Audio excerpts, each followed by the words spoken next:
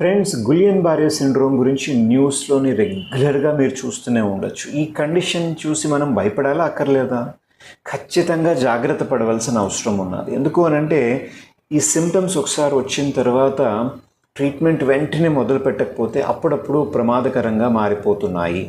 So symptoms ఏముంటాయండి? జనరల్గా పాదాలు, చేతులు కొంచెం తిమ్మిరిగా ఉండడం అని, సూదులతో గుచ్చినట్టుగా ఉండడం అని, నీరసం ఒకేసారి సడన్గా. అంటే చూడండి, ఒక 5-6 నెలల నుంచి నాకు ఉన్నదండి, దాని గురించి మాట్లాడట్లేదు.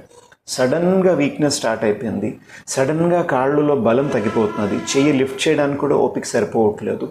అలాంటి కండిషన్స్ వెంటనే డాక్టర్ దగ్గరికి వెళ్ళండి. బికాజ్ ఇది ఇనీషియల్ స్టేజెస్ అనమాట. దీని నెక్స్ట్ స్టేజ్కి వచ్చినప్పుడు నడుస్తున్నప్పుడు కొంచెం కాలు తడబడుతున్నది, ఏదైనా వస్తువుని పట్టుకున్నప్పుడు కొంచెం కోఆర్డినేషన్ దెబ్బతింటున్నది, చూస్తున్నప్పుడు విజన్ పాడవుతున్నది, బ్లర్ అయిపోతున్నది, మింగడానికి ఇబ్బందిగా ఉంది, నవ్వుతూ ఉంటే మసిల్స్ పెయిన్ వస్తున్నాయి. గొంతు గురించి మాట్లాడలేదు, మసిల్స్లో పెయిన్ వస్తున్నది, తిరగడానికి కూడా ఇబ్బందిగా ఉంది. దాని తర్వాత లంగ్స్ అండ్ హార్ట్ ఇవి కూడా రెస్పాన్స్ ఇవ్వడం కొంచెం కష్టపడుతూ ఉంటాయి అన్నమాట. కొన్ని సందర్భాల్లో చనిపోతూ ఉంటారు, కొన్ని సందర్భాల్లో నర్వ్స్ పర్మనెంట్గా డ్యామేజ్ అయిపోతూ ఉన్నాయి. అందరికీ ఇలాగే ఉంటుందన్నో. Majority more than 2/3 of the కేసెస్లోని complete recovery, correct medicines and physiotherapy ఇవ్వడం వల్ల ఉంటున్నది. సో అందుకనే ఎర్లీగా ఐడెంటిఫై చేయడం బెస్ట్. సార్, రాకుండా ఉండాలంటే ఏం చేయాలి? ఇది ఒక auto immune disorder. Auto immune disorder అంటే తెలుసు కదా, వాళ్ళకి ఆ నర్వ్స్ అటాక్ అవుతున్నాయి. ఎందుకు ఎవరికి తెలియదు, కానీ బట్ జనరలీ జీబీఎస్ స్టార్ట్ అయ్యే ముందు, కొద్ది వారాల ముందు వాళ్ళకి స్టమక్లో కానీ లంగ్స్లోని ఇన్ఫెక్షన్ వచ్చి తగ్గిన తర్వాత జీబీఎస్ వచ్చింది సిమ్టమ్స్ అని చూస్తున్నారు. అంటే ఈ డజంట్ మీన్కి స్టమక్ ఇన్ఫెక్షన్ వచ్చిన ప్రతి ఒక్కరికి తర్వాత జీబీఎస్ వస్తుందని మాత్రం కాదు, ప్లీజ్ గుర్తుపెట్టుకోండి.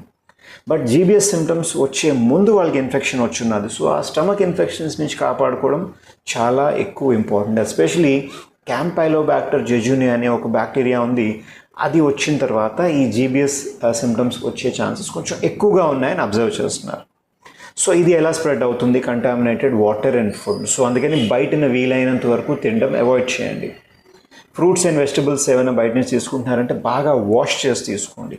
మీ ఇంట్లో పెట్స్ ఉన్నాయని అంటే పెట్స్ని హ్యాండిల్ చేసిన తర్వాత మీరు ఏదైనా తినడానికైనా ఇన్ జనరల్గా కూడా సోప్తోని చాలా బాగా హ్యాండ్స్ వాష్ చేసుకోండి.